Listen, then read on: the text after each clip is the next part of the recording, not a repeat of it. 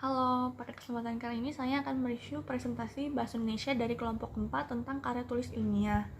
Nah, karya tulis ilmiah itu adalah tulisan yang berdasarkan fenomena atau peristiwa yang ditulis berdasarkan dengan kenyataan.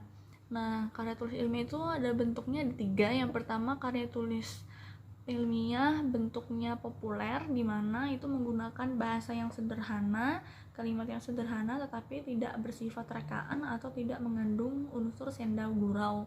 Biasanya terdapat di media massa seperti koran ataupun majalah.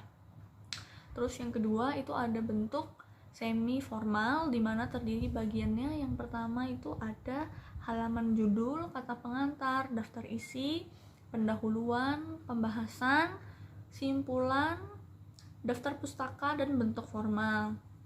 Dan yang ketiga itu ada bentuk formal, di mana bagian-bagiannya itu tuh terdiri dari judul, tim pembimbing, kata pengantar, abstrak, daftar isi, bab pendahuluan, bab telaah kerangkaan teoritis, bab pembahasan hasil penelitian, bab simpulan dan rekomendasi, daftar pustaka, lampiran, dan riwayat hidup. Selanjutnya itu ada struktur karya ilmiah. Yang pertama ada judul, di mana judul itu tuh terdiri atau dirumuskan dalam satu frasa yang jelas dan lengkap, dan judul itu mencerminkan tentang ruang lingkup penelitian, terus metode penelitian, tujuan penelitian, subjek penelitian, dan lain-lainnya. Lalu yang kedua itu ada pendahuluan. Pendahuluan itu mencakup latar belakang masalah, identifikasi masalah, perumusan masalah, pembatasan masalah, tujuan, serta manfaatnya.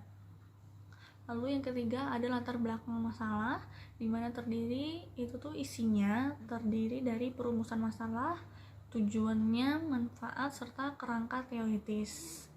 Dan yang keempat ada metodologi penelitian. Metodologi penelitian itu adalah prosedur atau tahap-tahap penelitian, persiapan, pencarian sumber data, pengolahan sampai dengan pelaporannya. Dan metodologi penelitian itu dibagi menjadi 3 cara. Yang pertama dengan deskriptif, terus metode eksperimen, dan metode penelitian kelas. Lalu yang kelima ada pembahasan.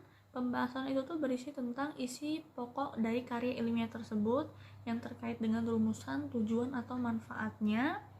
Dan itu juga membahas tentang perolehan hasil pengamatan, wawancara, dan sebagainya yang dikaitkan dengan teori-teori lainnya yang dengan dikemukakannya argumen-argumen sebelumnya atau argumen-argumen dari si penulisnya.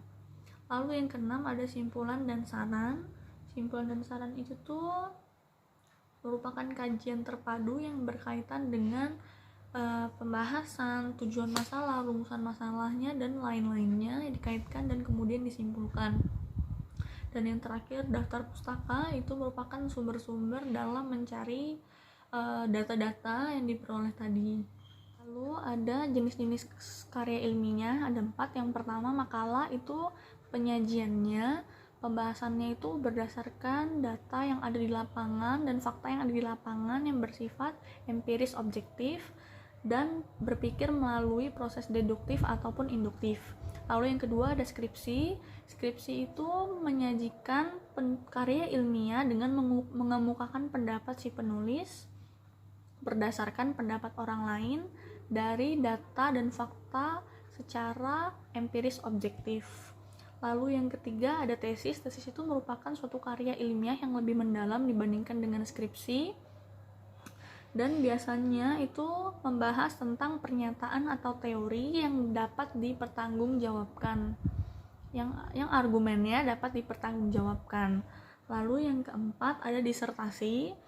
Disertasi itu adalah karya tulis ilmiah yang mengemukakan dalil yang dapat dibuktikan kebenarannya berdasarkan data dan fakta yang sudah dianalisis secara terperinci.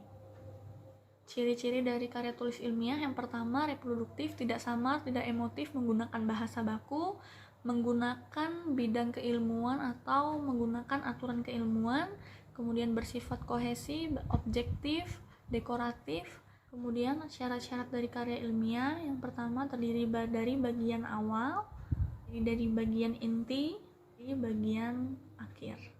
Nah, sekian review saya. Terima kasih atas perhatiannya.